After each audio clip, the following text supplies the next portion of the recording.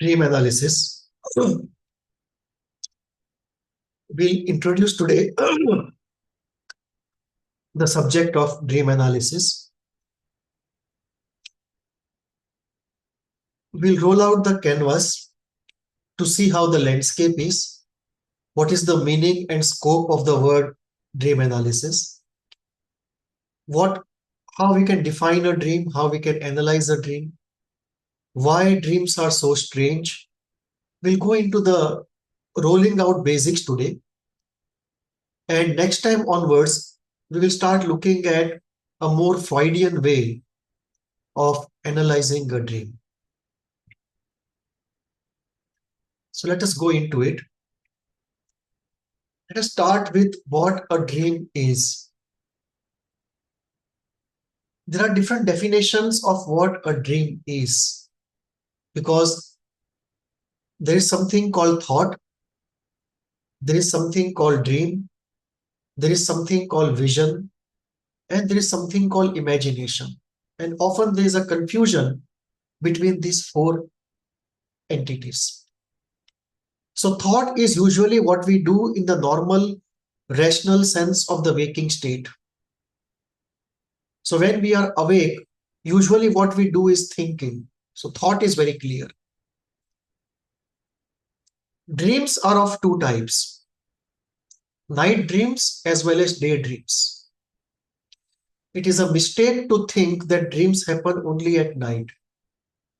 In fact, when you are doing nothing, you are moving in your car or your two-wheeler, or you're sitting idle, automatically the dream activity starts and the fantasy starts happening. So daydreams are a very important element of what we call the landscape of dreams. So definitions are like this. Some people define a dream as dream is a psychic activity that happens at night. And some people say it's an involuntary psychic activity that happens at night.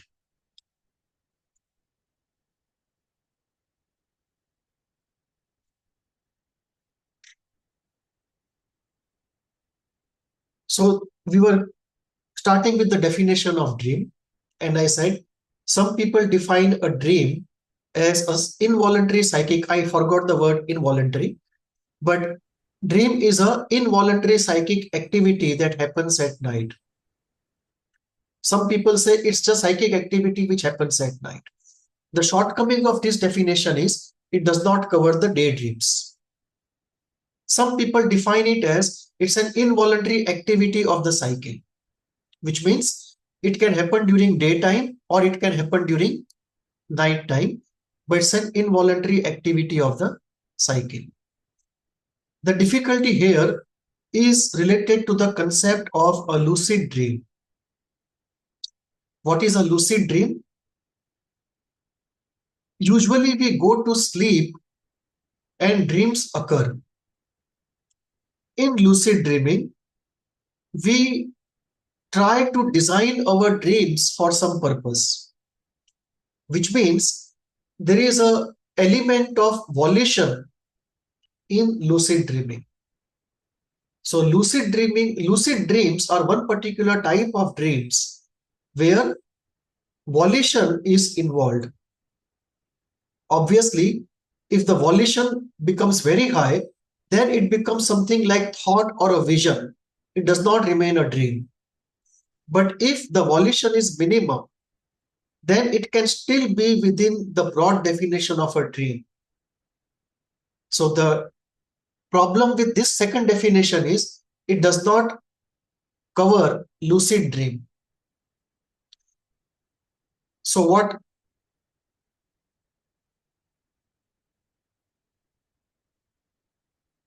some people define a dream as involuntary activity of the psyche that happens during the day or night. This again does not cover lucid dream. So I define the dream as dream is a relatively involuntary activity of the psyche that can happen during day or at night. So I have used the word relatively involuntary, meaning Most of the times it is completely involuntary. When lucid dreams are involved, it is relatively involuntary, meaning the volition is minimum, let us say 20-30%, and 70% is still a spontaneous activity. And that is how it is still a dream. So dream is a relatively involuntary activity of the psyche that can happen during day or night. So two important terms here. One, it is involuntary activity, spontaneous activity. And second, usually volition is not involved except in lucid dreaming where it is minimum. Now, how do we differentiate between dreams, vision, and imagination? Dreams we defined right now. What is a vision? Anyone? Can you differentiate between a dream and a vision?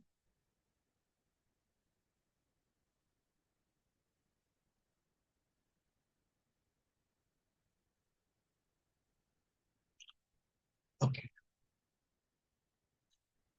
When we say the company has a vision to be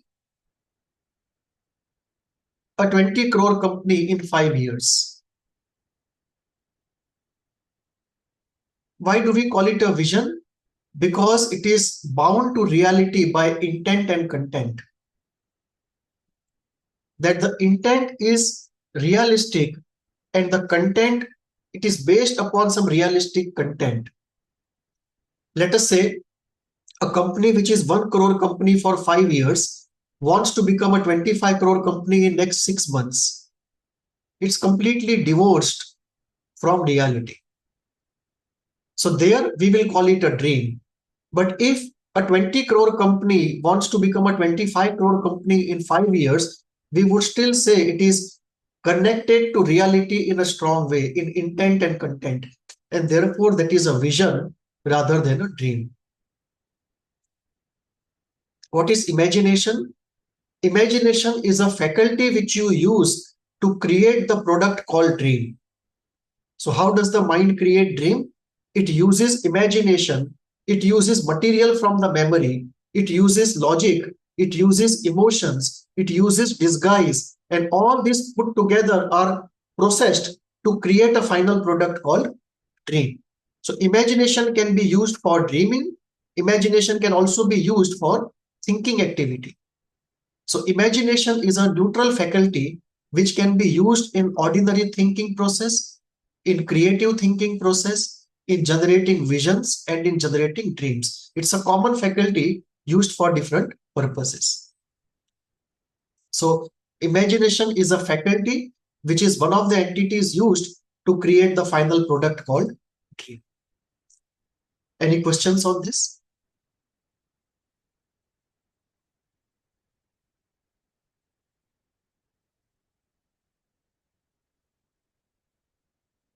Okay. Do we all dream? Answer is yes, we all dream.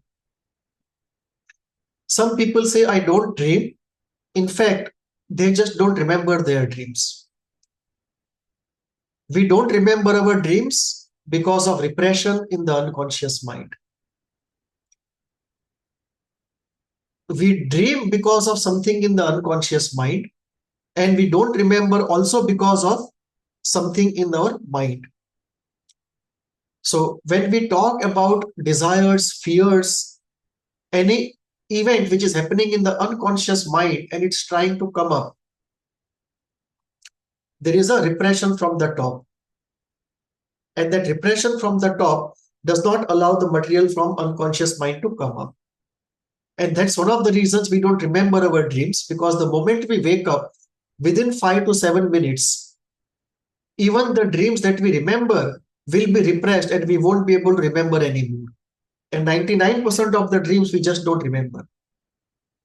So we all dream, just that we don't remember. You can divide sleep into two parts. The REM part, rapid eye movement part, and a deep sleep part.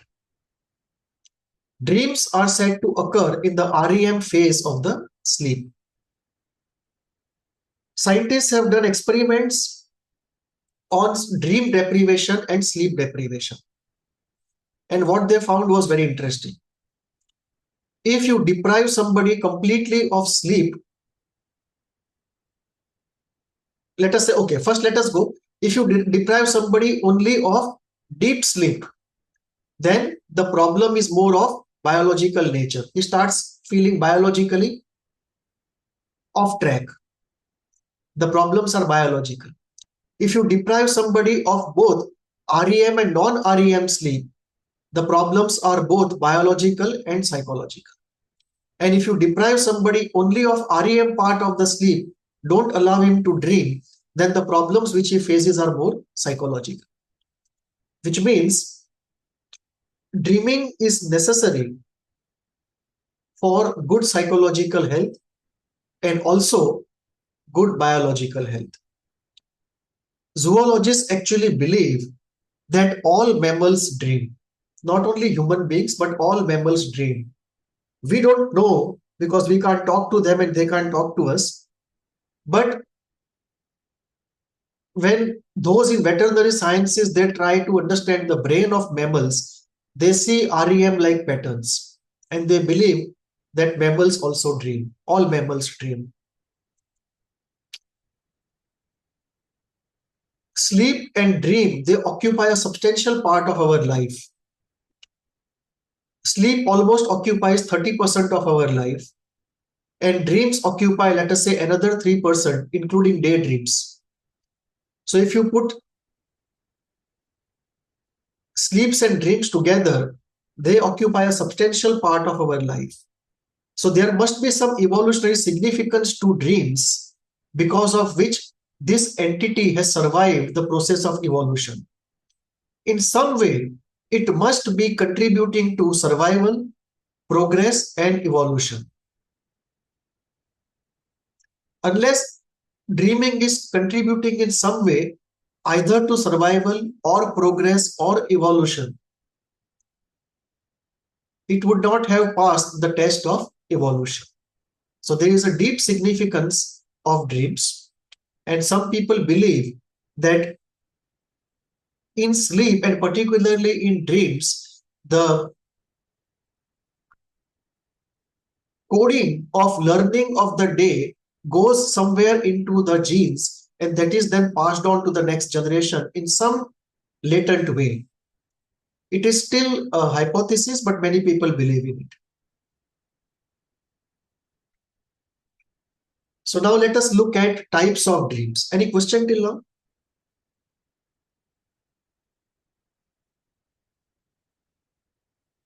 No, sir. Okay. So let us look at different types of dreams we have. The most common are the pleasure dreams. What cannot be had in reality, we have in the dreams. A man cannot have Miss Universe or Miss World in reality. In the dream, he has that woman. Somebody cannot be rich in reality. In dream, he becomes rich.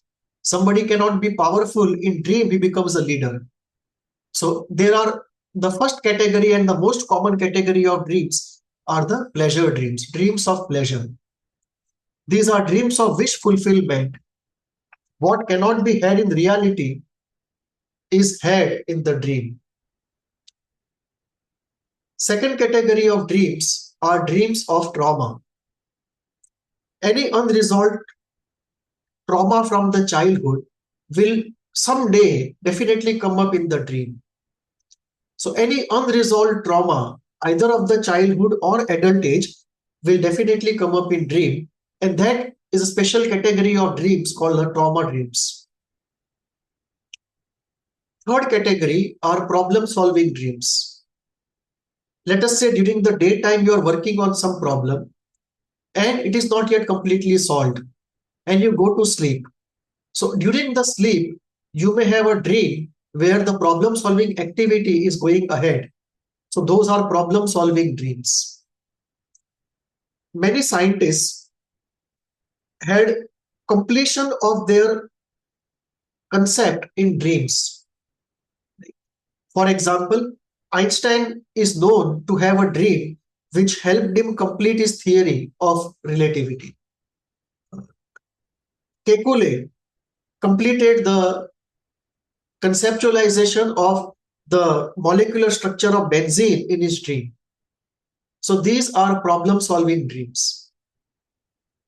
Dreams of prophecy.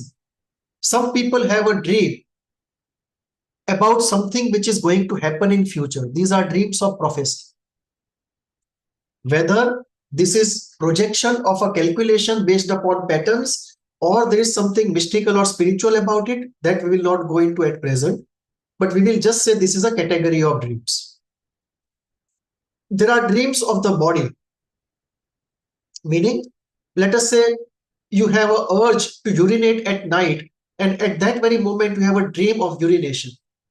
These are bodily dreams. Something in the body is triggering a dreams. There are recurring dreams. Recurring dreams recur because you are not paying attention to them. You are not analyzing them. You are not ready to take the message they want to convey. So they keep coming to you again and again to communicate what they want to communicate. These are recurring dreams. Usually they are dreams related to unhealed trauma or something in your life which is not appropriate to your nature. So these are recurring dreams.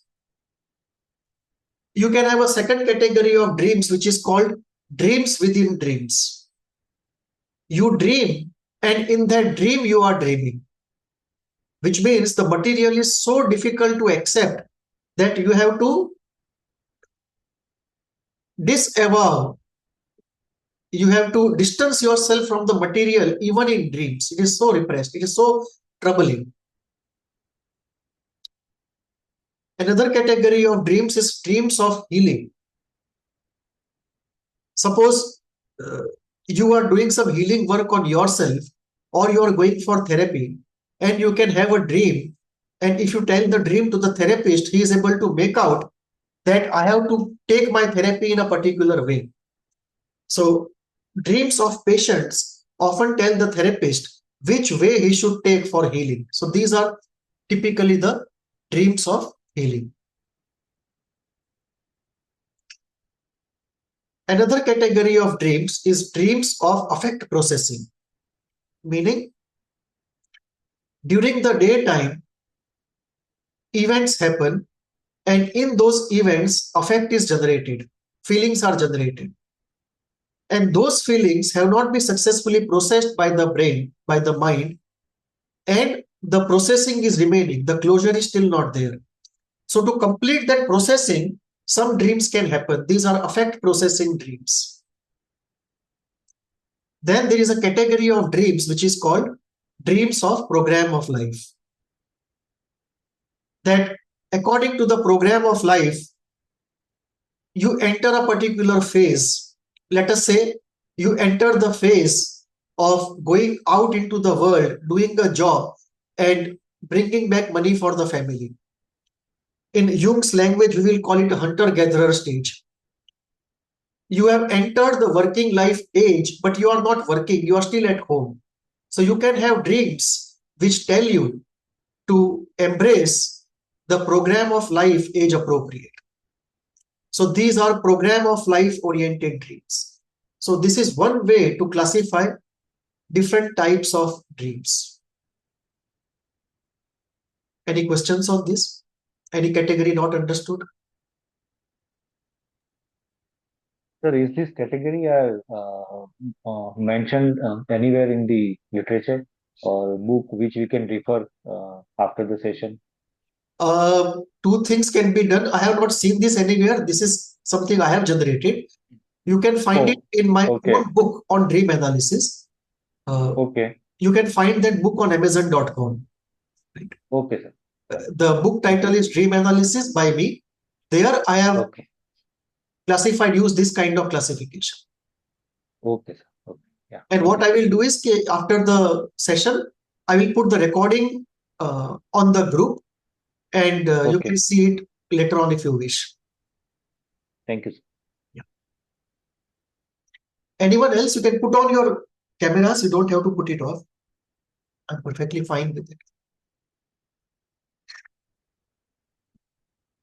Okay.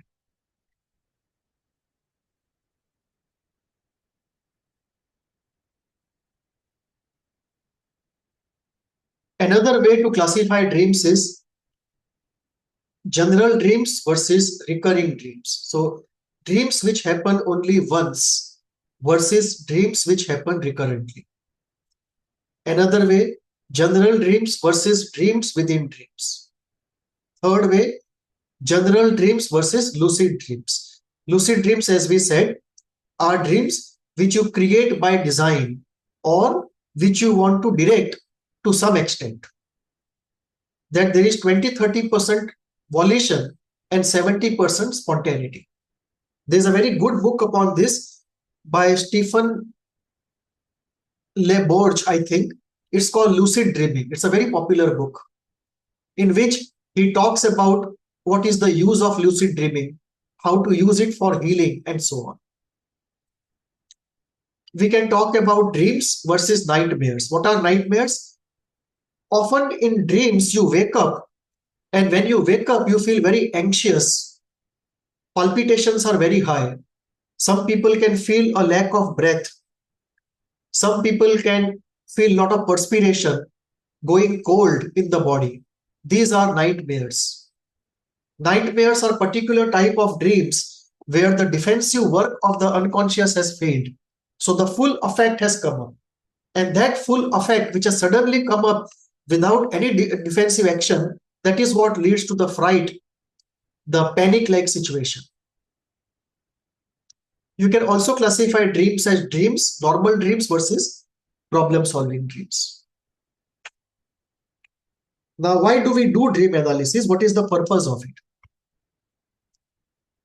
Many purposes of dream analysis. The first purpose is self-knowing. No human being can know completely what is going on in his unconscious mind. And dreams are a way to know our unconscious mind. So the first purpose of dream analysis is the Socratic purpose of self-knowing. The better we know ourselves, better we can live our life. Second purpose of dream analysis is self-healing. There is nothing like a perfect body or a perfect mind. Every body is imperfect, every mind is imperfect. So we all have our set of problems. And to heal our problems, we can use dream analysis as a very powerful tool. So the second purpose of dream analysis is self-healing. Third purpose is future planning. Because most of us live unconsciously, driven by what is given to us as a goal by our family or society. It's only after some time when we mature, we reflect upon our life and we ask the question, how do I want to live my life if I am not under any fear or pressure? What is my authentic desire? And once we start asking ourselves, what is my authentic desire, free from society, its fear and its compulsion, then we start asking the question, how to live and what to do. And in that process of future planning, dream analysis becomes very important. Dreams often tell you what is not going correct in your life and which direction you wish to take or you should be taking. So from the deepest part of ourselves, we get knowledge about ourselves in terms of future planning. This is very important, especially in midlife crisis. Between 40 to 45, every person goes through a crisis of some sort, where the first innings of life is over and second innings is yet to start. And we have to plan for the second innings. First innings, maybe there was too much of compulsion, too much of speed. We did not have choice, we did not have knowledge, we did not have the intellect, the capability to reflect upon ourselves. but at some point that those things are with us and we have the luxury of planning our future to some extent. And dream analysis is a very powerful tool to help us in future planning. So whenever somebody brings you a dream for analysis, at the end of analysis, you must ask yourself and inform the person who has brought the dream, how is it important? How is it helpful for self-knowing, self-healing, and future plan? If this has not been done, more often than not, your dream analysis is incomplete, or the narration of the dream is incomplete, or maybe we have to take 2, 3 more dreams, put them all together as a group, and then probably as a group we can get clear knowledge or some help on future plan. But a good dream analysis of a good dream narrated always has to end with self-knowing, self-healing, and future planning. To some extent, this has to happen, no matter how small it happens, but to some extent, it has to happen.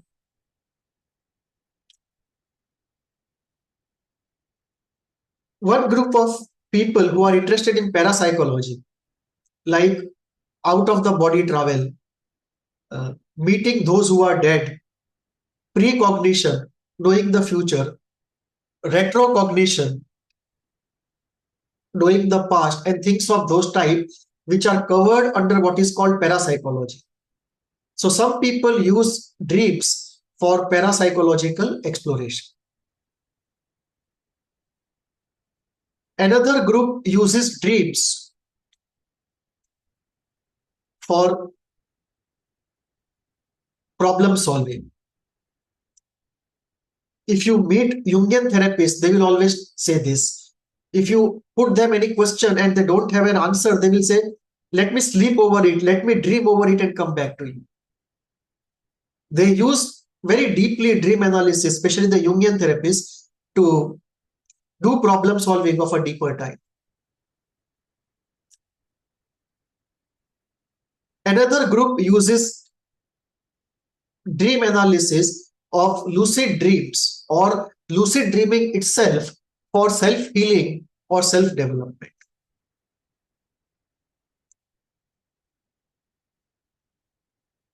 Group which is interested in spiritual progress, who are doing some meditation,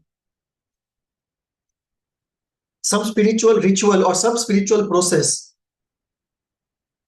they often use dream analysis. They narrate their dreams to their guru or master, and the guru or master analyzes the dream and tells them something to help their spiritual progress. In many Buddhist schools, this is a tradition that whenever you are doing some mantra or some spiritual practice, whatever dream comes, you narrate to the guru, and he in turn analyzes it and helps you to move better on your way. So these are various purposes of dream analysis.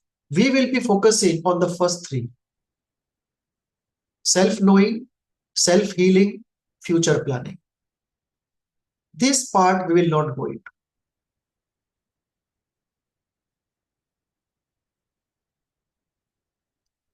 Any question till now? How is it possible that what we like to dream we can? So, So is there any technique to dream? yes, there are Okay, lucid dreaming techniques. There is a full book on it called Lucid Dreaming. okay, And there are various exercises, like before going to sleep, you make a resolution that today I will dream of A or B type of dreams. hmm, Second exercise, just as you are going into sleep, as the relaxation proceeds and you are going more and more into the sleep state, you maintain awareness as far as you can. And the moment the dream comes, you try to change the direction of the dream by introducing some element. Third exercise, you remember a dream of last night which happened spontaneously. Now you want to change the spontaneous dream into a part lucid dream. So what you do is you again dream that tonight consciously and change a part of it. And the highest is the awareness is developed to an extent that when the dream starts and you have an intention to participate in the dream, in the middle of the dream, you become aware that you are dreaming and you make a change. That's a much later part of lucid dreaming practice. Any more questions? Okay. Just a question of practice. If you practice it enough, you can do it. But we have to be careful that we don't convert a dream into an ordinary thought process by too much of volition. Otherwise, the whole purpose is lost.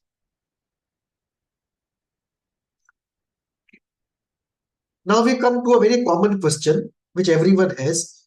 Why are dreams so strange? Why is it so difficult to read meaning into it? Often it seems that there is no meaning to dream.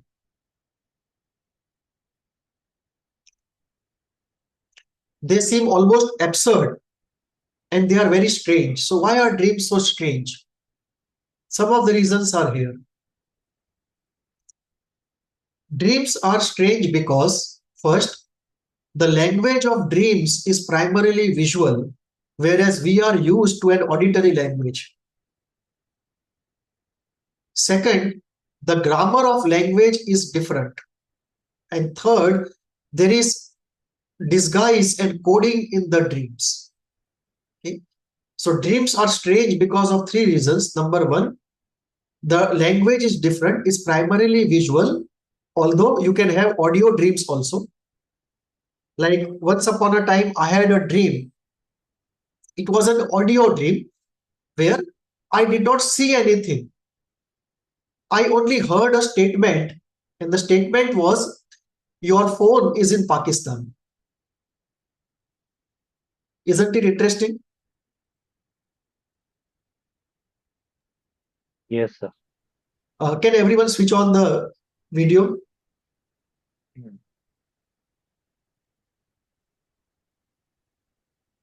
so we can have more participation? So it's a very difficult dream to analyze. The dream is only one statement which I heard. I did not see anything. And the statement was, "Your phone is in Pakistan." So how do you decode this statement? It looks absurd. Maybe you I have never been to Pakistan. How can my phone be in Pakistan? So obviously, my phone is a symbol for something else, and Pakistan is a symbol for something else. There is a story in the dream which is being narrated in a coded language. Just as the military and the secret service uses codes, the unconscious mind also uses codes. So dreams appear strange because, one, we don't know the language. It's like if you don't know German and somebody is speaking in German, it looks very strange. Similarly, if you don't know the language of dreams, it seems very strange. But if you start learning German, it won't be strange anymore. Similarly, once you know the language of dreams, it won't be strange anymore. So it's strange because of three reasons. One, the language is primarily visual, which is very different from our everyday language. So we don't know the language. Second, the grammar of that language is very different. And third, a lot of coding is involved, a lot of disguise is involved. So this brings us to the point that why disguise has to happen. And here we go into the question, how do dreams occur? So just take a look at the slide. I have put on the slide Freud's topographical model of the mind. So what does Freud say? He gives a model of the mind, his first model of the mind in this way. On the top is the conscious mind. So we are all presently living in our conscious mind. Right? We are aware of the fact that we are sitting in a discussion on dream analysis. It's 2 o'clock Thursday. This is our conscious part of the mind right now. Now, if I ask you, what did you wear yesterday? Suddenly it will come to your mind, I wore this dress yesterday. Till I asked you, this was not conscious. Now it has become conscious. So that is what we call pre-conscious. That part of the mind which can become active on demand, but otherwise it is passive. I ask you, what did you eat for lunch today at 12 o'clock? Now suddenly it comes to your mind. Till I asked you, it was not active in your mind. It was in the pre-conscious. So there is a conscious which is active right now, pre-conscious which can be made active on demand, and unconscious which cannot be made active even by demand, on demand. Like if I ask you, what happened to you? Do you remember any event when you were 2 years of age? Very difficult to remember. That would be in the unconscious mind. Or I ask you, what shirt did you wear 15 years back? Very difficult to remember. So this is the material in the unconscious, which cannot be made conscious on demand. Now what happens? There is a barrier between the conscious and the pre-conscious, and the pre-conscious and the unconscious. Now, just focus on the barrier between the pre-conscious and the unconscious. Just focus on the barrier between the pre-conscious and the unconscious. You will see downward arrows. These are the forces of repression. They will not allow material from the unconscious to come up. The material here, even if it wants to come up, this force of repression will not allow it. And therefore, this barrier, this layer between pre-conscious and unconscious is also called the repressive barrier. Now, what happens in the dream? Does the dream happen? It happens like this. Let us say there is some material here in the unconscious. It wants to come up, but the forces of repression and the repression barrier will not allow it to come up in the waking state. But the material wants to come up, right? So what will happen? The material will wait for sleep to happen. When you go to sleep, the repression barrier becomes lighter. The forces of repression become lighter. Can you think of why?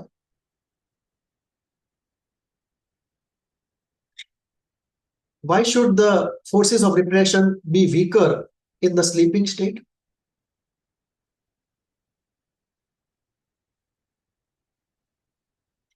Because the moment you are asleep, the psychomotor activity is inhibited to a large extent. There is no way of putting into action your thoughts. And therefore, the forces of repression go partly at rest. So they are not absent, but they are weak. Again, the unconscious material tries to come up. Now what happens? The forces are not absent, but they are weak. The repression barrier is not as strict as it is in the daytime. So it is still not allowing the unconscious material to come up. So unconscious material wants to come up, the repression barrier will not allow it to pass through it. So what is the way out? The repression barrier will ask the unconscious material to disguise itself enough that if it passes through the repression barrier and comes in the conscious mind, the dreamer will not be able to make out the meaning.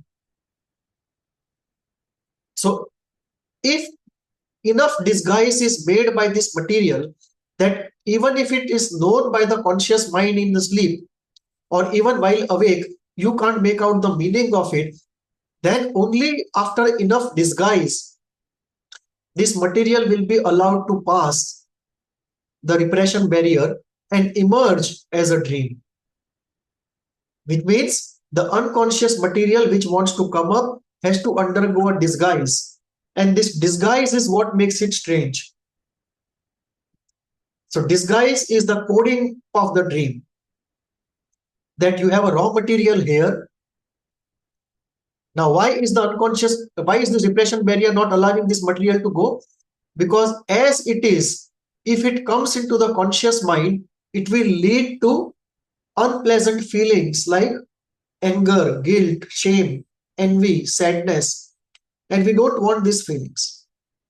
We are primarily pleasure-driven creatures. We want to maximize pleasure and minimize pain. And anything that reduces our pleasure, we don't want it in our conscious mind. We keep it in the unconscious mind. That's one of the reasons why so much material is there here. That we don't want to see that material and feel the feelings which it brings. So the repression barrier does not allow the material as it is to pass, because if it passes as it is, it will lead to generation of or feeling of negative effects which are unpleasant. But if it is disguised enough, then we won't know the meaning of it, and therefore we won't develop those difficult feelings, and therefore it can pass through. So the unconscious material has to be disguised enough, and that disguising of it, right, when it is so disguised that even if you know it, you can't know its meaning, and therefore you don't feel difficult feelings, only then it passes the repression barrier and emerges as a dream. If it cannot undergo disguise, it won't come as a dream. Exceptionally, if something breaks through the repression barrier without adequate disguise, it can result in a nightmare, where the defensive action has failed and full effect comes up, and you wake up from a nightmare. Any question on this, how dreams occur?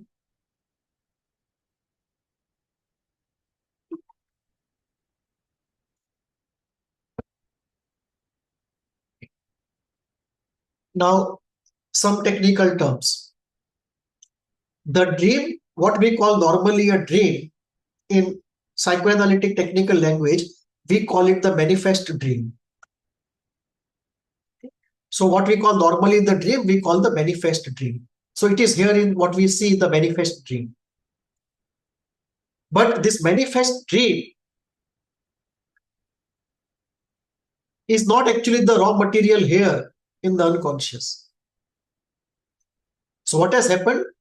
The real material in the unconscious mind has undergone disguise, and after it is enough disguised, it was allowed to pass the repression barrier and emerge here as a dream.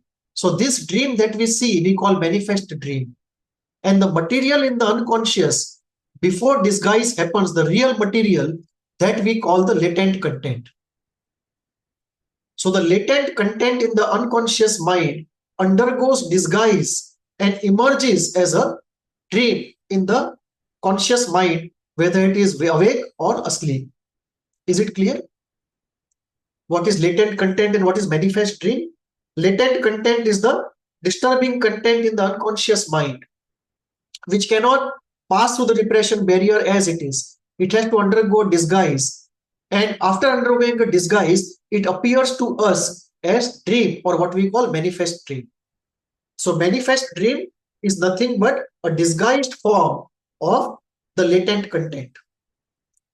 So latent content undergoes a disguise and emerges as a manifest dream. Now, what do we call this work of disguise? This process of disguising is what we call dream work. So dream work is the process by which the latent content is converted into manifest dream. Is it clear? Dream work is a process which happens in the unconscious mind, whereby the latent content of the unconscious mind is converted into a manifest dream. So dream work is nothing but the process of disguising. Okay. Now, what is our job of dream analysis or dream interpretation? Both the words are used synonymously, dream interpretation or dream analysis. What is the role of dream analysis? It is to undo the dream work. It is to undo the disguise. We want to strip the manifest dream of all the disguises and find the real kernel of it in the unconscious mind. So dream work converts latent content into manifest dream, and dream analysis or dream interpretation converts manifest dream into latent content, or rather Not converts, it reaches. It starts from the manifest dream and reaches to the latent content. Is it clear? So dream analysis is the reverse of dream work. Dream work disguises that content, and dream analysis strips the dream of the disguise. Is it clear? Latent content, manifest dream, dream work, and dream interpretations. 4 terms, right? The latent content is the traumatic content in the unconscious. Manifest dream is what we see. Dream work converts latent content into manifest dream, and dream interpretation is starting with the manifest dream, reaching to the latent content, the traumatic content in the unconscious.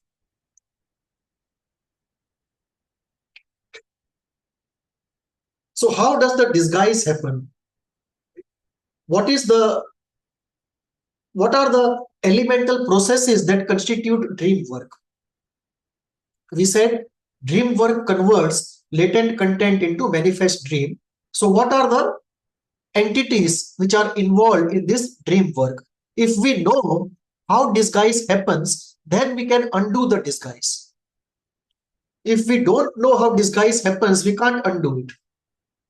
So we have to know how disguise happens. How does the dream work operate? So dream work uses 2 things. Right?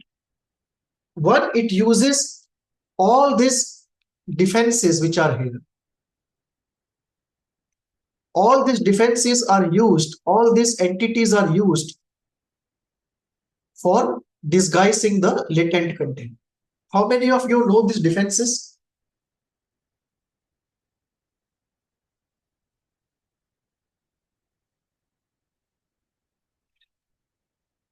Don't know, sir. Okay. So substitution is a defense by which A is substituted by B. Let us say you are very angry at a friend of yours who is X, but you are not able to express your anger. That night you have a dream, and in the dream, two people are there, and one is angry at the other, and both of them are such people you don't know in the real life. So what has happened? Your friend has been substituted by the victim, and you are substituted by the person who is angry. So substitution is at work. So you may say, I had a dream today in which I saw two people. One was angry at the other, but I don't know either of them in real life. I don't know what this dream means. So that's a way of releasing your anger. The defense of substitution. Why do we use defenses? Because it is difficult morally or emotionally to own up your anger towards your friend, or your helplessness that you cannot express your anger.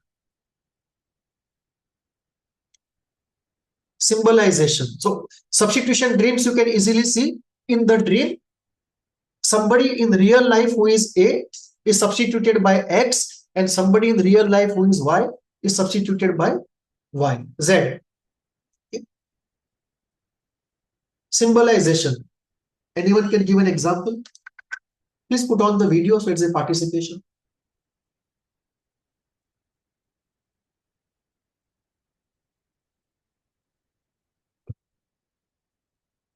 Stuti, Vasundhara, are you there? You may be knowing this.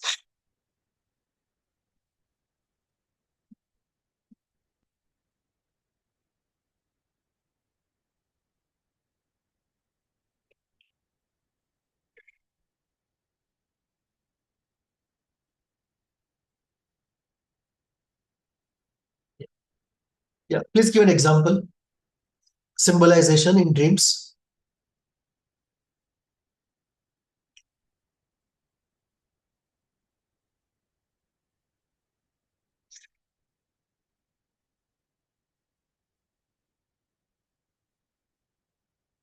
Let us say in the dream, a person sees a tiger. or a lion. Let us say this is lion, and the lion is roaring. And then some events happen, but he's not able to make out what does it mean.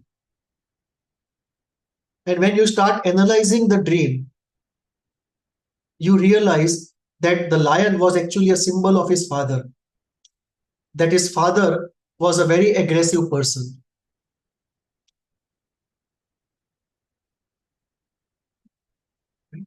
So here, the dream is using the defense of symbolization, the disguise of symbolization. Because it is morally difficult to own up that you are so angry at your father, in the dream, you see the aggression of the father.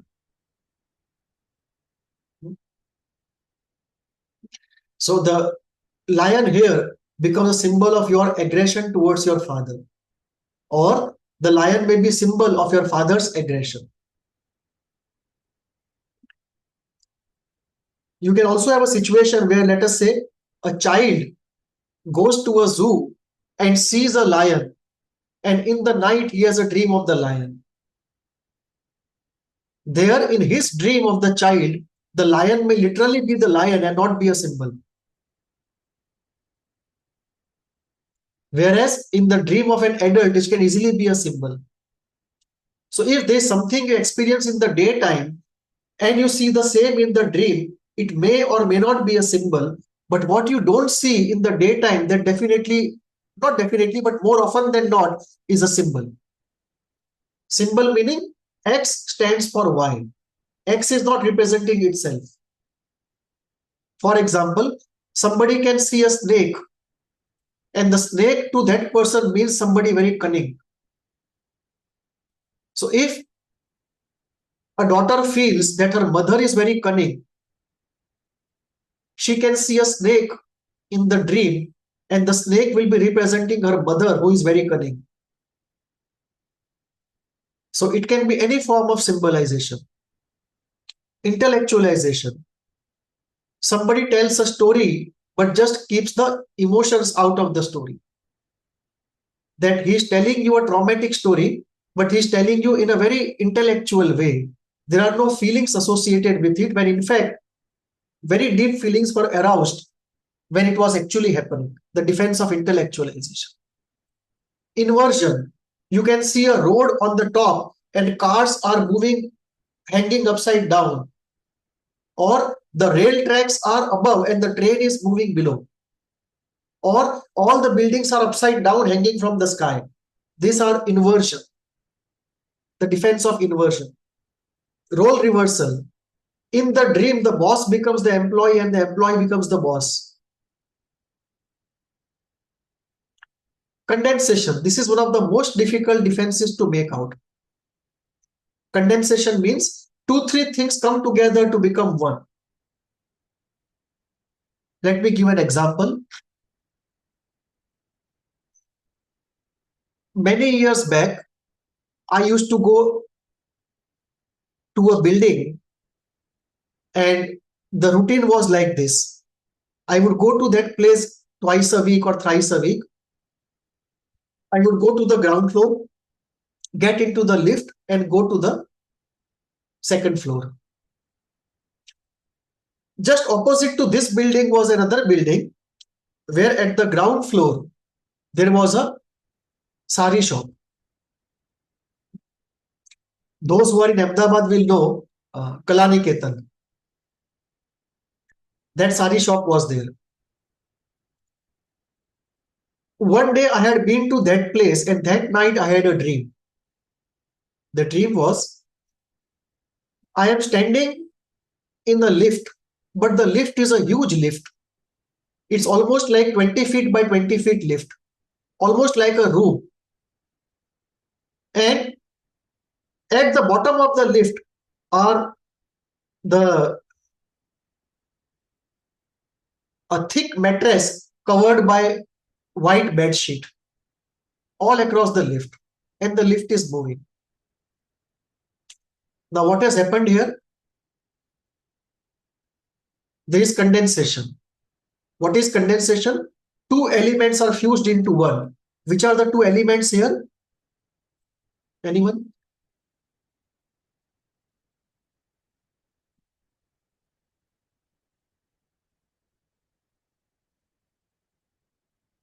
One is the lift into which I used to go up, and second is the sari shop, which was just opposite to the building. So in the sari shop, they used to show saris, and because saris don't get spoiled, they used to have those uh, mattresses covered by white cloth across the shop. So everyone used to sit comfortably and see the saris. So the two things have become one. The sari shop and the lift have become one. And now I see the lift, which is almost like 20 by 20 lift with mattress and bed sheets, white bed sheets, and the whole thing is moving now. This is condensation. That you can have a lion in the dream, and the lion may be a symbol of your aggression. It may be a symbol of your boss, and it may be a symbol of your father altogether. It's condensation. It is like a zip file.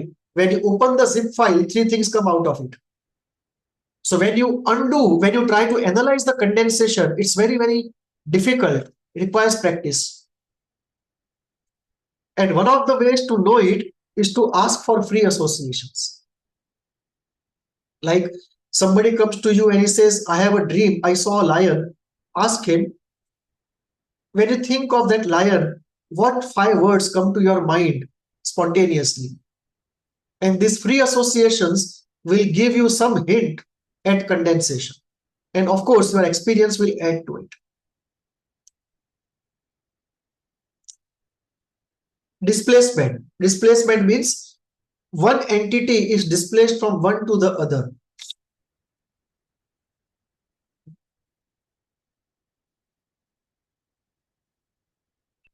Let us say I carry a fountain pen every day. And in my dream, I am talking to somebody who has that fountain pen. It has been displaced literally from me to him. You can have displacement of emotions also. You can have displacement of emotions also. Like I saw in a dream a rabbit, but I don't know why I was terrified of that rabbit.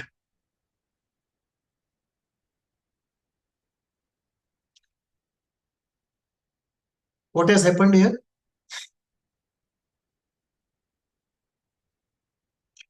Stuti, Vasundhara.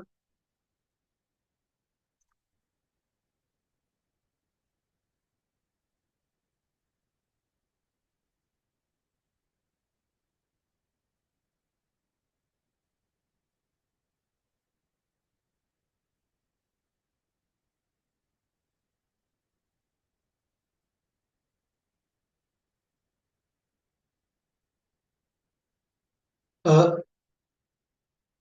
yeah, just put on the mic. Put on the video and you don't have to type everything in the chat. So let us say the dream is I see a rabbit in the dream, right? And the dreamer tells me, I saw a rabbit in my dream, but I was terrified of the rabbit. I don't know why. So what has happened? He has displaced fear from something else onto the rabbit. And this would be the classical mechanism of phobia. That an innocent object becomes a phobic object. Why? Because fear from somewhere else is put now onto the phobic object. That an innocent object is loaded with fear from somewhere else, and now the innocent object suddenly becomes the phobic object. Reaction formation, exactly the opposite. I hate somebody, and in my dream, I see he is my best friend. This can easily happen in case of daughter-in-law and mother-in-law. That the mother-in-law is the best friend in the dreams. Somebody told me, if I have such a dream, I will kill that dream.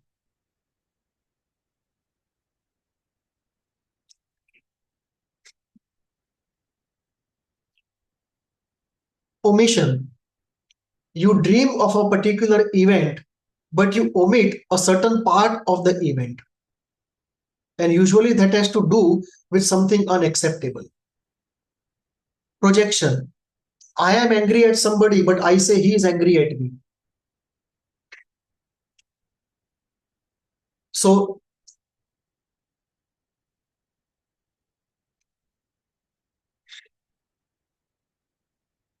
projection is I am angry at somebody and I say he is angry at me. Small children often do it. They break a toy, and when you go near them, they will say, you have broken it. And unless you accept that you have broken it, they will keep crying. Classical example of projection. Projective identification is they will make you feel what they are feeling. So, if I am feeling very anxious, I will see somebody in the dream feeling very anxious. I have put my feelings into that man. Rationalization. My boss has criticized me, but I tell myself that there's nothing to fear. It is just something routine. So I manage my anxiety by rationalizing what is happened. A part of me may know that this is a warning, I may lose the job. But in order to control anxiety, I will be positive and I will say, maybe he's just asking me for better performance, is a thing to fear. So rationalization. So all these processes are used by the unconscious mind to create disguise. So these are the constituents of dream work. The process of dream work uses all these processes, and therefore the disguise appears very strange.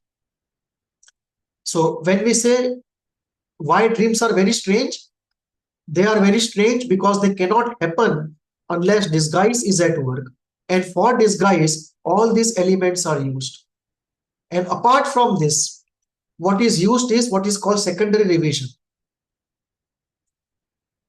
Meaning, when you have elements in the unconscious mind which want to come up, and you cannot allow them to come up as they are, you disguise each of them and then connect them together, and it still looks absurd. There is no story. So often, in order to create a coherent story, you use what is called secondary revision. If this secondary revision happens, you will still find a coherent story in the dream. It may be an irrational story, unbelievable story, but still a story. It may look like fiction, but the fiction is also a story. But if this process has not happened, then you will see something very absurd without any coherence in the dream. There will be disguise, but the disguised elements will not be coherently together in a story. So what we have is use of these elements and some more elements like this, as well as secondary revision, which creates the strangeness of the dream. Yeah. Did anybody write something?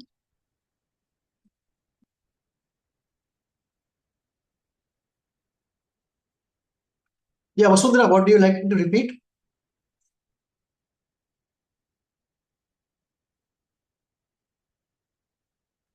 That was an older message, sir.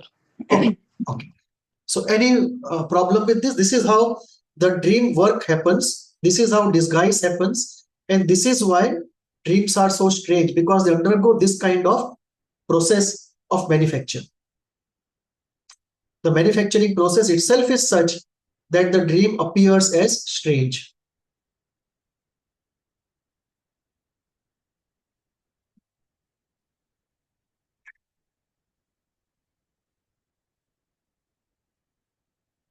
Any questions till now?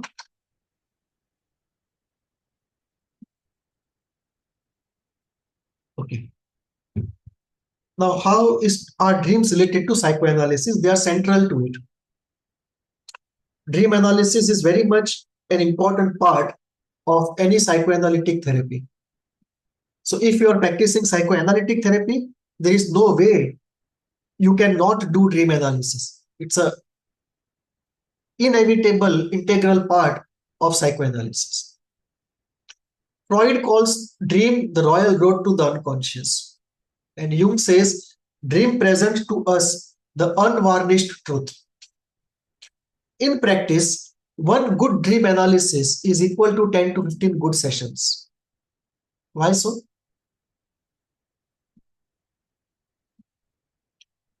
Anyone who has been doing sessions, either as a patient or as a therapist?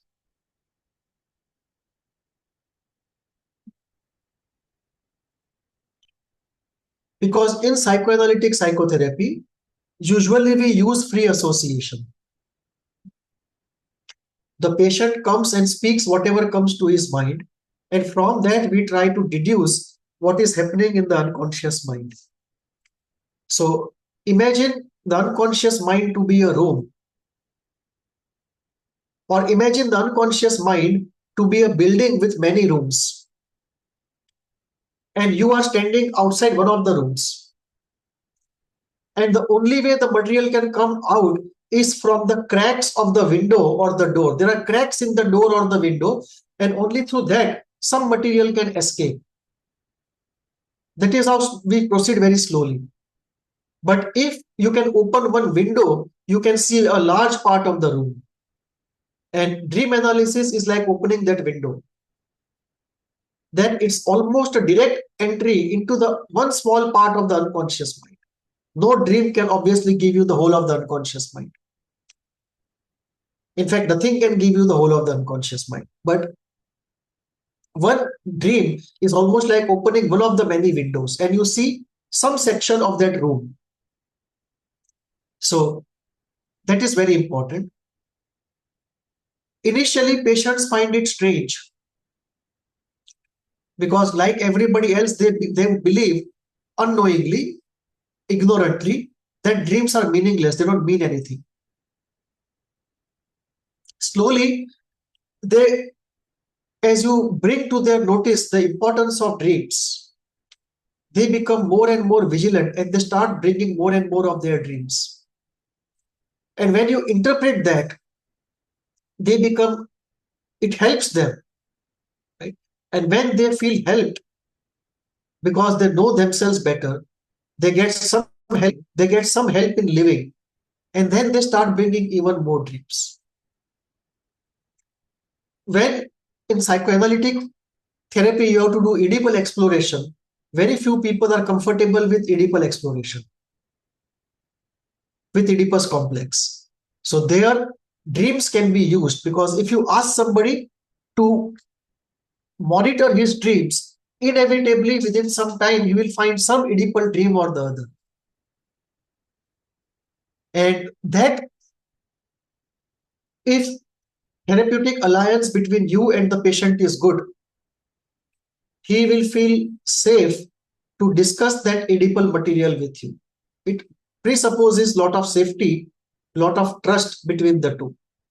Only after trust and safety have been established, the Oedipal exploration can start. And even then it's difficult, and dream analysis can be a very good way of starting off the Oedipal exploration. Many people actually feel convinced about psychoanalysis only after they analyze their dreams, because they realize that much of what Freud said actually is true. Apart from Oedipal exploration, where does it help?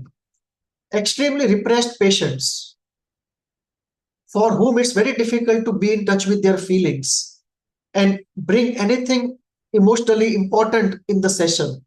They just keep talking cognitively, intellectually, but they can't get in touch with their feelings. They can't discuss their feelings. For them, dreams are invaluable. Another group of patients where dream analysis is very valuable. Some analysts, very few of them actually, specialize in healing only with dream analysis. So that's an extreme. Now, what happens when you start analyzing dreams?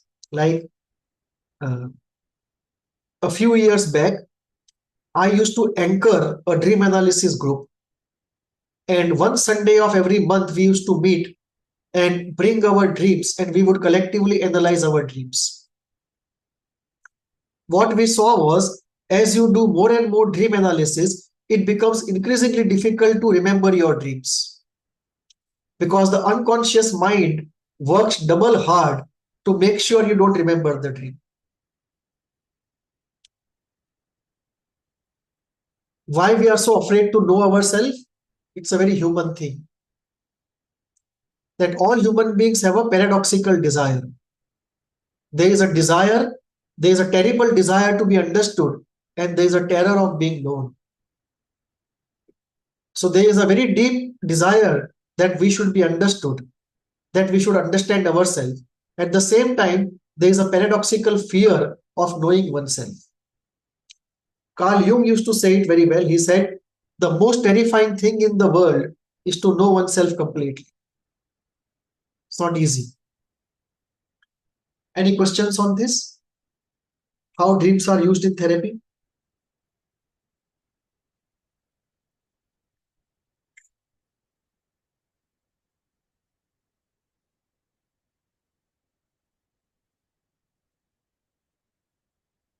Okay. Now, how do we do dream analysis? Now, dream analysis is completely based upon the theoretical school you belong to. If you give one dream to a Freudian analyst, he will give a different interpretation. The same dream you give to a Jungian analyst, he will give a different interpretation. Similarly, Klein, Bion, Winnicott, Kohut, right? Each of them will have a different analysis for the same dream. Now, when you come out of psychoanalysis to the eastern part of it, let us say you go to Hindu psychology. In Hindu psychology, you can look at yoga psychology, Tantra, and Sri Aurobindo's model of the mind. And in all the three, we'll have different interpretation for the same dream. So if you have a dream, you will at least have 11 to 12 interpretations of the same dream based upon from which lens you are looking at the dream. So the theory which you use for dream analysis will generate a particular type of dream analysis. And there will be some truth probably in everything. But which school to use when? And if you have to use multiple schools, then how to put everything together into one consolidated interpretation? That is where knowledge and art comes in. That if you know the Freudian school, you can do Freudian analysis. If you don't know, you can't do it. So only those schools that you know, you can deploy for dream analysis. Like, it's like knowing machines. Like, imagine there are 10 different microscopes and all of them have different resolution. And if you put the same material under everything, you get something different to see. So when you put it under everything, you note down everything, and then you put everything together into one analysis, then you get a consolidated analysis. So dream analysis is very much a function of the school you are trained in. If you ask me, Freud, Jung, Klein, and Kohut, they are a must. Even if you don't know Bion and Winnicott, it is still fine.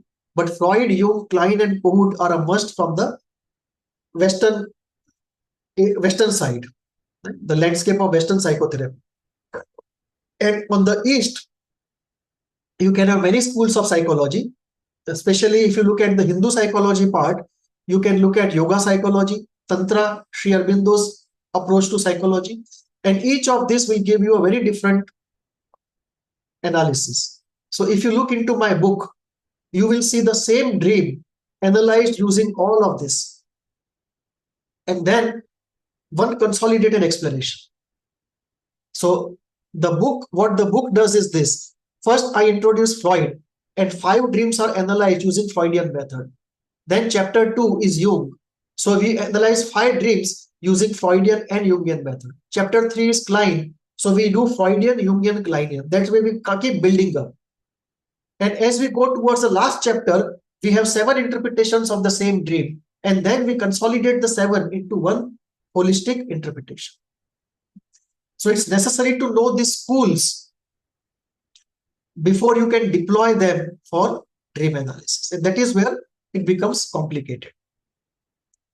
And that is where the difficulty is. Very few people know more than one school. So even if a dream is such that their school is not the best school to deploy, they have no choice but to force fit it, deploy it, and then come up with whatever they come up. One very important part is whenever we do dream analysis, we always involve the dreamer. We always talk to him. So we ask him to give 3 things. One, his own background. 2, what happened the day of the dream and a couple of days before. 3, free associations related to every element of the dream. And 4, how does the interpretation appeal to him? Does it look right or not right? So we always are in a consultation with the dreamer. We are always taking free associations from the dreamer. We are taking the background or case history of the dreamer and often the pathology of the dreamer, and only in the context we do dream analysis. It cannot be done in isolation. It's very, very subjective. So this is how we do dream analysis. So there are 2 parts of it. First part is the knowledge part, that one needs knowledge of as many schools as one can. Second, the skill of dream analysis. How do you deploy these schools and how do you consolidate in different interpretations of different schools? And slowly you develop an intuitive capability that this dream requires only this school or only these 2 schools. Right?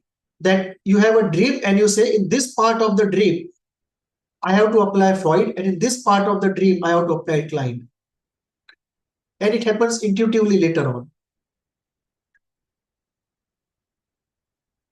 Any questions? So let us do a bit of practice. So how do you do practice?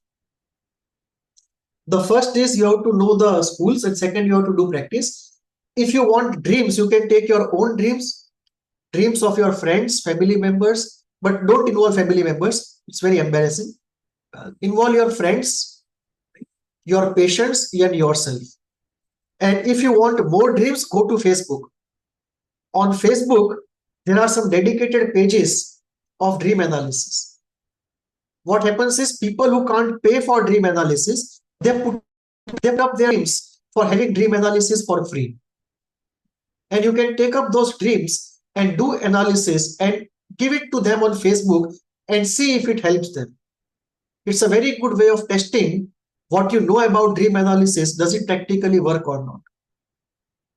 So for quite many months, I used to do free of cost dream analysis on Facebook.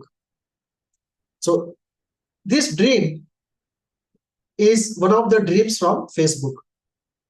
Somebody had put it up for analysis. So just look at it, read it, and let us go into what we get out of it. Would anyone like to read it?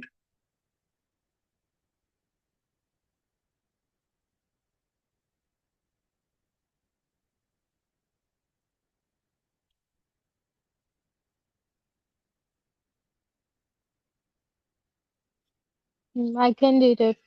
Yeah, please. Okay. I saw a really weird dream of ghost. Can you please help interpret? My spouse was good What? shaking a table. I was using a small table. I asked him to stop doing that. He did. Still, the table shook. I asked him to stop, and he said he's not shaking it. It felt weird, and I started naturally taking in air. Who is here? Whoever you are, stop shaking the table and tell me what do want talk. My husband was like, whom are you talking to? The table shaking, and we heard voice. I am George. My sister, she wanted 3 kids, and the voice was gone. I started thinking and spoke out loud in front of my mom. It meant the miscarriage I had, she's taking my child. The moment I said that, the door rang. As I answered the door and Her. heard, I was surprised. She, the ghost, was living close by as my neighbor, and she said her name X and told you, shared the information about me. I want 3 children.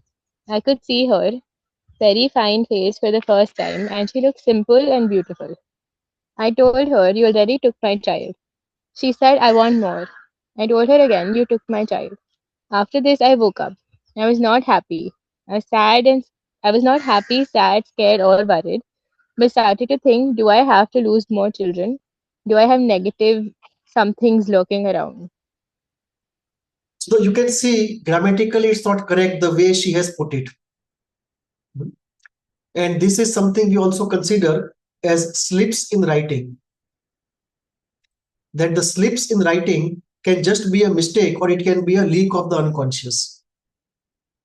But this is something that you find on Facebook and the person has put it up for interpretation. My spouse was goods shaking a table. I was using a small table. I asked him to stop doing that. He did. Still the table shook. I asked him to stop and he said he's not shaking it. I felt weird and I started naturally taking in more air. Who is here? Who, what is it? Whoever you are, stop shaking the table and tell me what do you want to talk.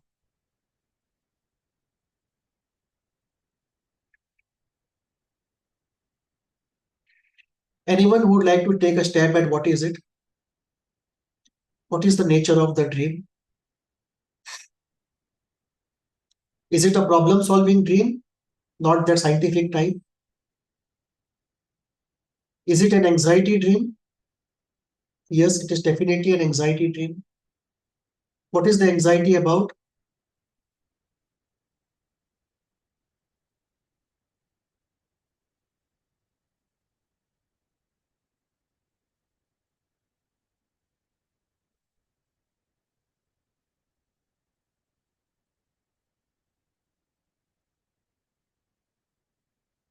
The dreamer is a lady who is expecting a child and who has lost children before to miscarriage. And she had a sister called Georgia. The spelling is wrong. It's not George, it's Georgia. And she is dead. And she wanted to have 3 kids. And her fear is that the ghost of the sister is taking away her children. Because the ghost wanted 3 children.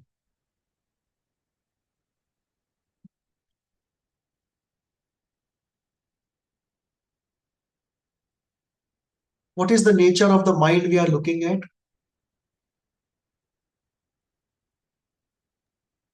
This mind.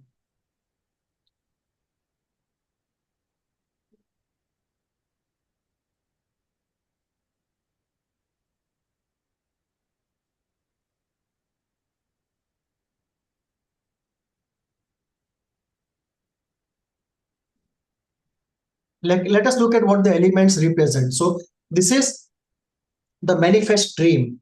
From this manifest dream, we have to go to the latent content.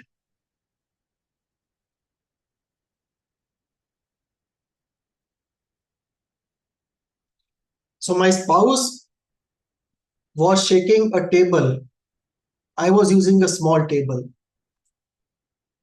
What does a small table represent?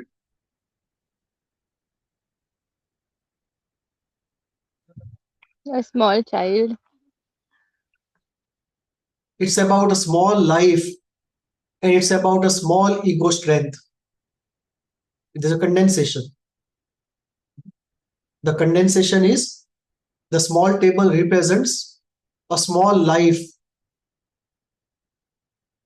and small ego strength, which means very fragile, which means in the inner world and in the outer world, she is with great effort able to maintain some equilibrium. The table is representing her life. The table is representing her inner world. And in both the outer and the inner world, she is maintaining a balance with great effort. And a small event can upset that balance because it's a very precarious balance. It's not a strong balance. It's not a redundancy balance. Very precarious balance. So what is the spouse doing? He's shaking the table. Meaning, she is not happy with her spouse. The spouse makes her inner balance and outer balance more difficult by shaking it. So there is some difficulty with the spouse.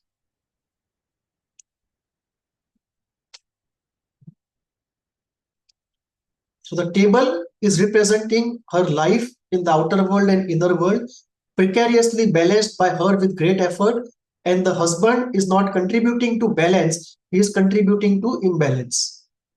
He is shaking it, and with the shaking, the outer world and inner world both are shook.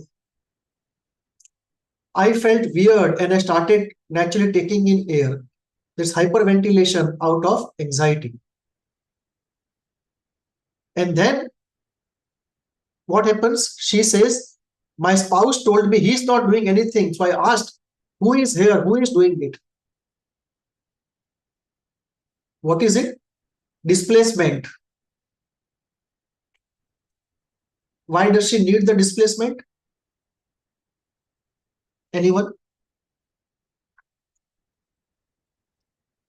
Maybe the spouse is too big of a target to put her blame on. Right?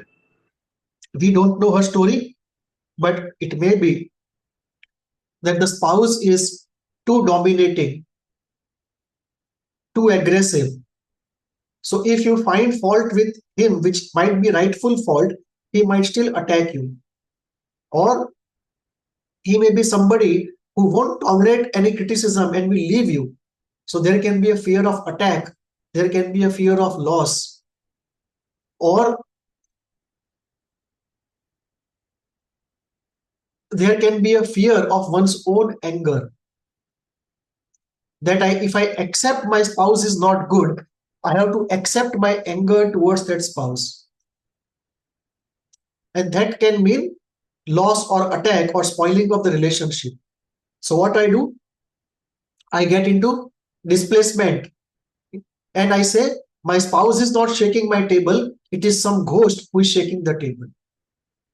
The reality situation of the dreamer is such that she cannot accept that her spouse is at fault. So keep the show going. She has to put it on somebody, and there is nobody that she can put it on.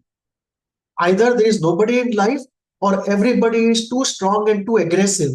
So what does she do? She puts it on a ghost. When you don't have any container in life, you have to use this kind of defenses.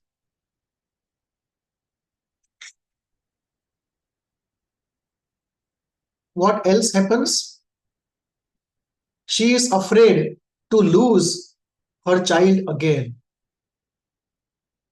Meaning she has lost it once, and there might be a psychological reason for losing it.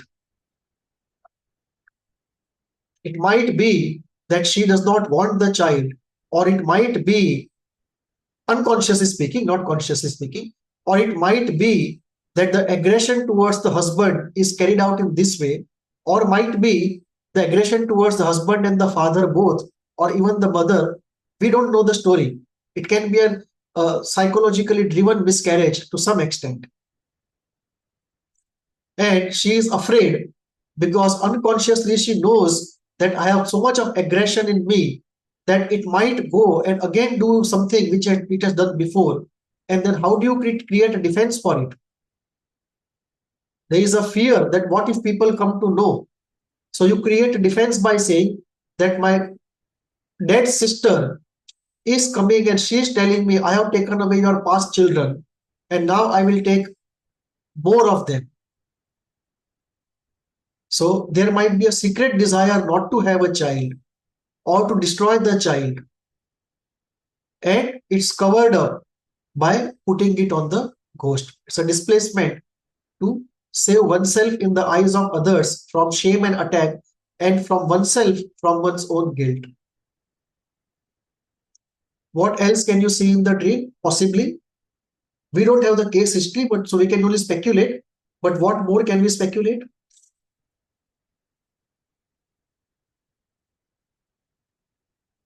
We are looking at a person where the split is open. Now, I won't be able to go into what is the split open, but the split is open, and the omnipotent bad object is identified with the sister who is dead. So there, and if you read the dream, there is a flavor of at least a psychotic character structure. A psychotic character structure does not mean psychosis, but the character structure gives the flavor of being a psychotic character structure from the dream. What schools are we applying?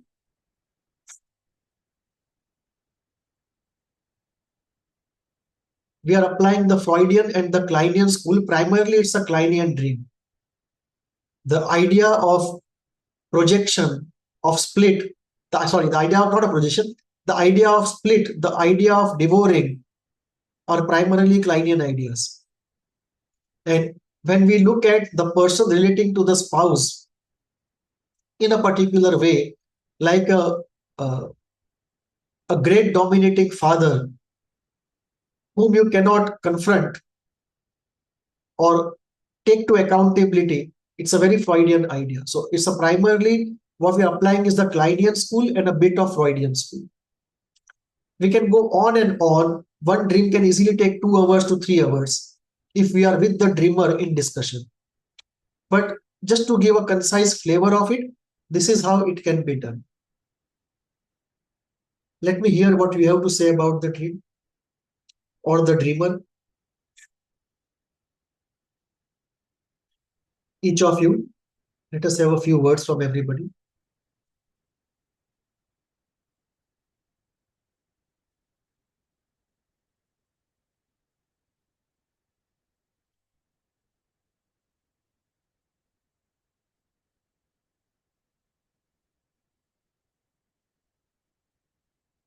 Tuti, Vasundhara, you must have done this thing before.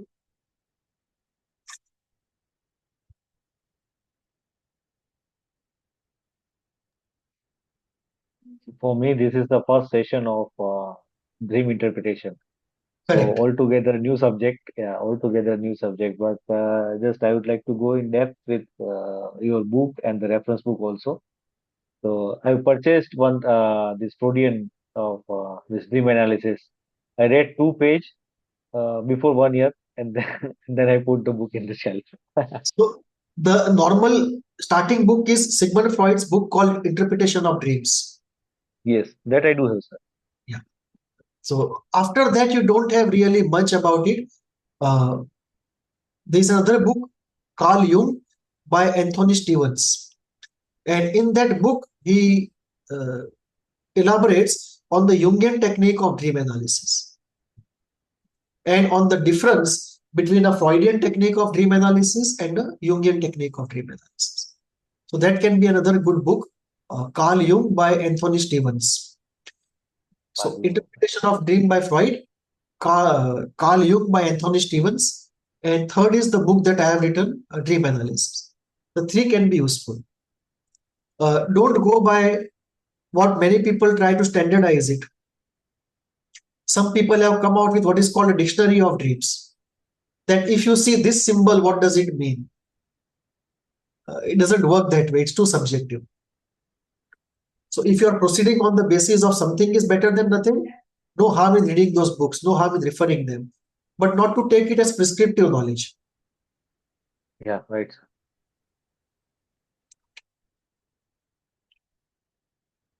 Okay, let us look at the second dream.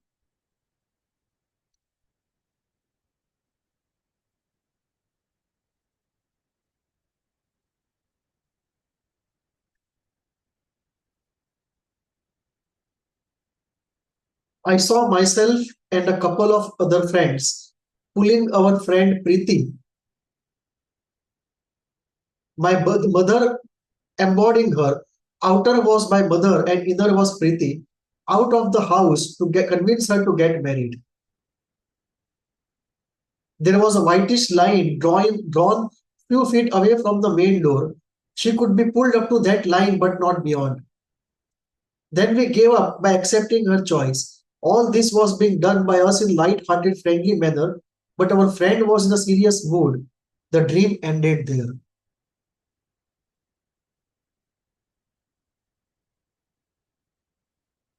Anyone would like to take a stab at the dream?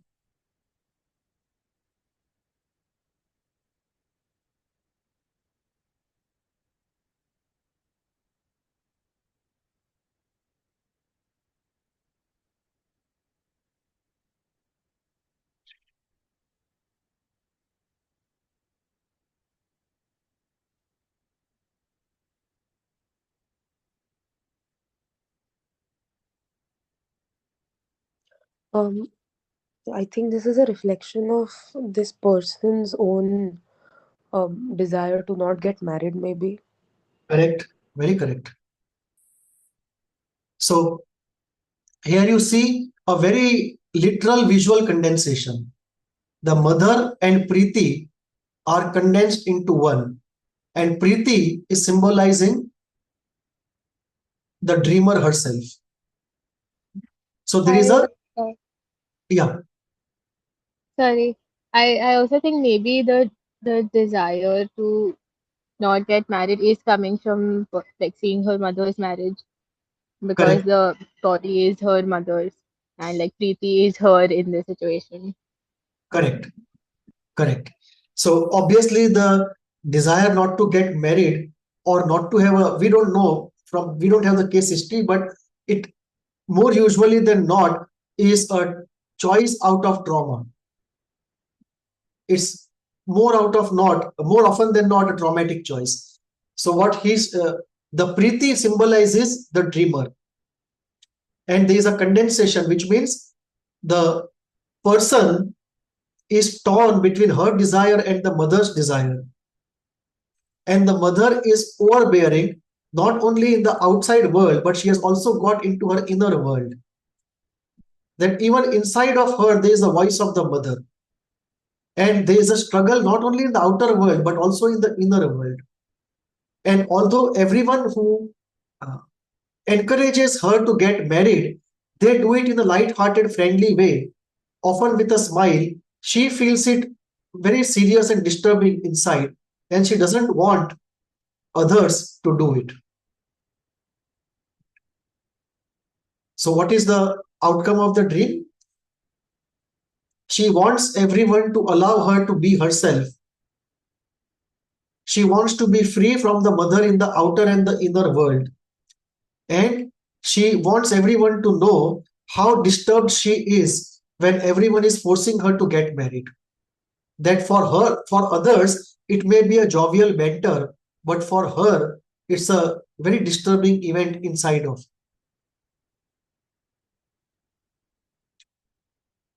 Dreams 3.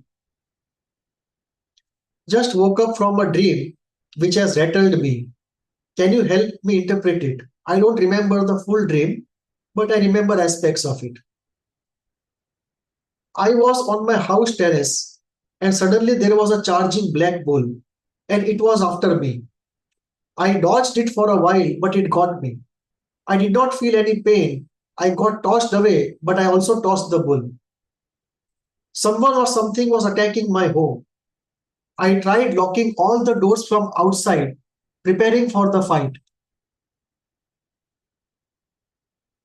I woke up the next day after the fight. My thumb was broken from the middle. The left part got cut and was hinged on the right part. I took it and fixed it inside my body as a jigsaw puzzle. I felt some pain, but it did not matter. That morning, a guy from my college texted me good morning, and I kept thinking, why is he messaging me?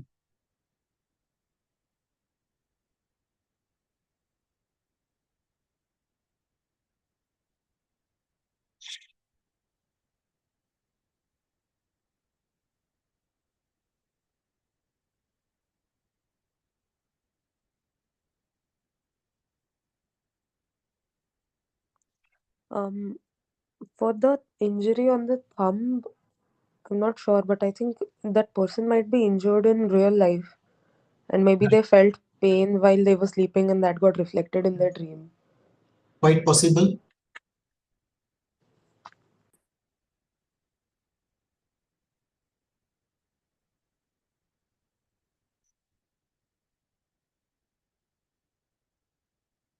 Just be with the dream and automatically it will reveal itself to you. Don't be in a hurry. Just be with the dream.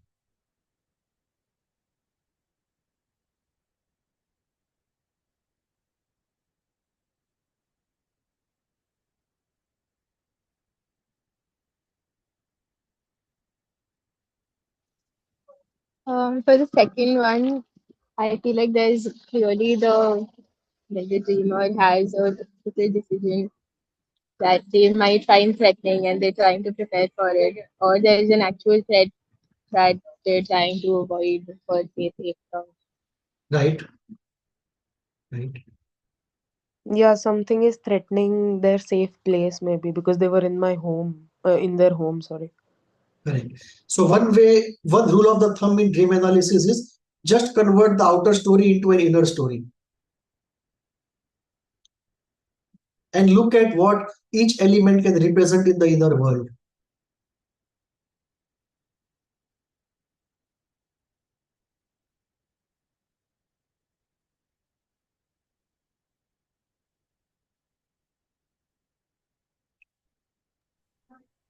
So what does it mean, like convert the outer story into inner story? Like we just need to interpret the same story.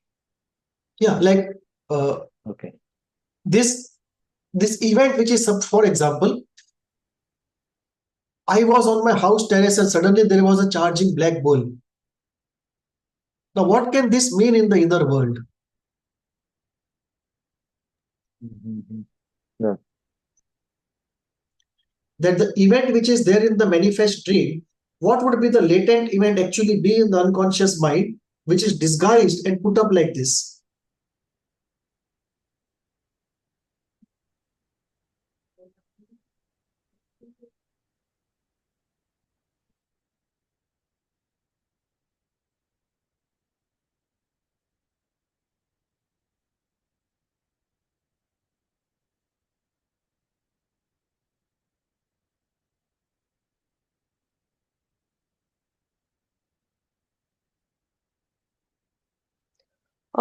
Black bull, I think, is something that they've been a challenge that they've been maybe dreading or something, or Right, something that they know they inevitably have to face, and now it has come after their dream, and it got them, but they also tossed the bull, so maybe some sort of a victory over it as well. correct.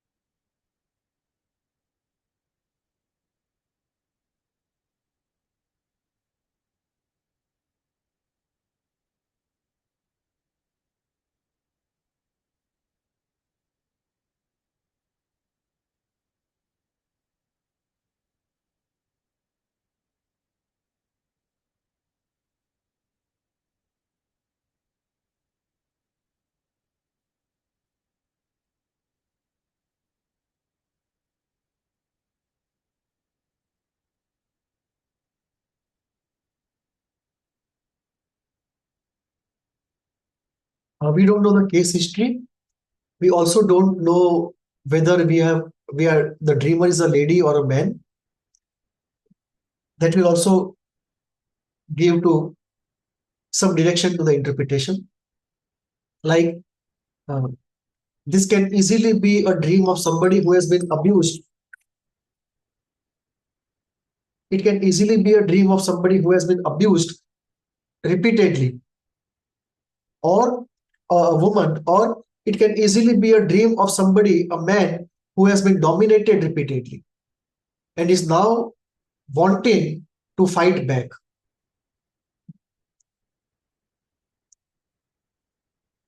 That the moment he is on the house terrace, not in the house, but in the house terrace where he is relatively free, more free than he is in the house, there was a charging black bull, meaning the black bull dominated inside the house and also now is trying to capture the terrace. It can easily be his father, it can be anything else, it may be somebody else, but somebody who is constantly attacking him and dominating him. And he is trying to put his thumb down. And the idea of the thumb broken from the middle is can be connected to putting one's thumb down and resisting it. So what we see is not that the bull just takes him over, but he gives the bull a fight. So whoever is trying to dominate him, he is giving back to the person, but the person is a strong bully. So he is throwing him away just as he also throws him partly away. But in the fight, he pays a heavy price. But he is not broken for future. He is able to again repair himself and get ready for the new fight. And next day morning, a guy texts from good morning and he says, why is he messaging? Meaning he can be that very bully who is bullying him. And now he is thinking, why is he messaging me and trying to be friendly? It can easily be a dream of a college bully who is a very strong college bully, and the house may refer to the house terrace may refer to the hostel terrace. We don't know. But if we have the dreamer, we can do more of this.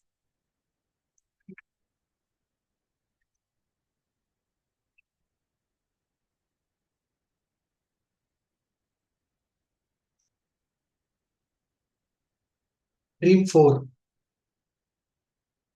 We may not have the time. We are nearing 4 o'clock.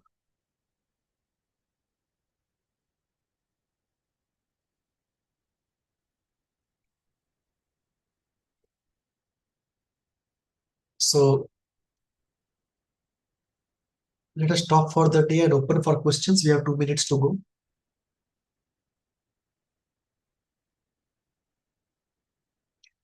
Anyone has questions on dream analysis? Sir, I had a question for the fourth dream that you just discussed. What made you interpret it as like the he in question was a bully? Part of these things are intuitive. Like the dream gives you a feeling of fighting back in a thick battle, repeatedly fighting back. That's the feeling you get from the dream. Now that is very intuitive. If we had the dreamer, we could have actually confirmed about the life events, and from associations we could have made it very, very focused and exact. In the absence of it, it is more like the intuitive analysis you get.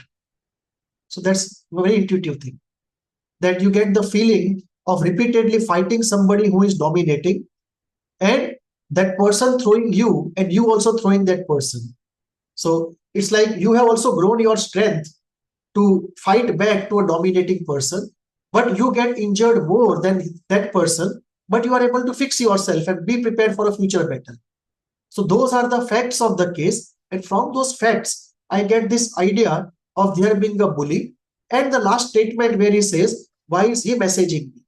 So that is how I interpreted this. It can also be interpreted it can also be interpreted in a Freudian way, that the black bull can easily be somebody who is sexually abusing you. That can also be a Freudian interpretation. So the moment you deploy a Freudian school, it will have a heavy dose of sexuality. When you apply a Kleinian school, it will have a heavy dose of aggression. So in this particular thing, I lead more in favor of aggression than sexuality. But if it was a lady and free associations would point there, it can easily be taken to be a sexual dream. Okay, sorry, I thought the four of them were different dreams, like with different people. Like if it's one person, so then it makes sense. No, they are of different people. All the four dreams are of different people. I just picked it Okay. from Facebook. Yeah. Okay. Thank you. That's how I don't know actually the dreamer or the case history or the associations.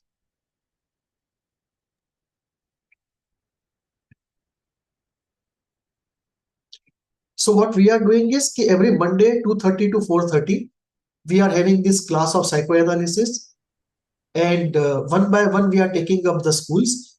Presently we are doing the Freudian school, and as a part of the Freudian school, we are doing Freudian dream analysis right now. Once the dream analysis is over, we'll go back to Freud chapter by chapter, reading him in original. After Freud, we'll go to Klein, Bion, then Jung, and then come to the Eastern psychology. And that is how we'll go. And in each of the schools, we will come back to dream analysis again, because we will be applying the concepts of that school to analyze the dream. So off and on, we will be coming back to dream analysis. Right now, we are doing the Freudian part. Later on, we'll apply other schools. So in that sense, this is not a dream analysis course, but it's a psychoanalytic course in which dream analysis comes up as a part of it. So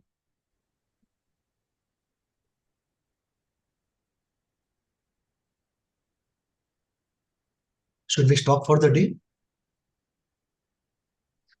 Okay, see you then. See you, sir. Thank you. Thank you. Thank you. Thank you.